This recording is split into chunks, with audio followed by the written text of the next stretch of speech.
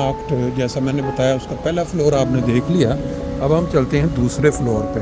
यहाँ से ये सिस्टम बड़ा ज़बरदस्त रखा है कि इंसान जब भी जाए तो घूम के जाए, ताकि वो स्टोर को थोड़ा देख ले और फिर ऊपर चढ़ने का उसको रास्ता मिले। ये देखें यहाँ पे ये पहला जो हिस्सा नज़र आ रहा है बच्चों का, और फिर सर्दियों की मुनासबत से इन्होंने मफलर रखे हुए हैं, कोट वगैरह, और ये लेडीज़ डिपार्टमेंट है फिर सारा आगे।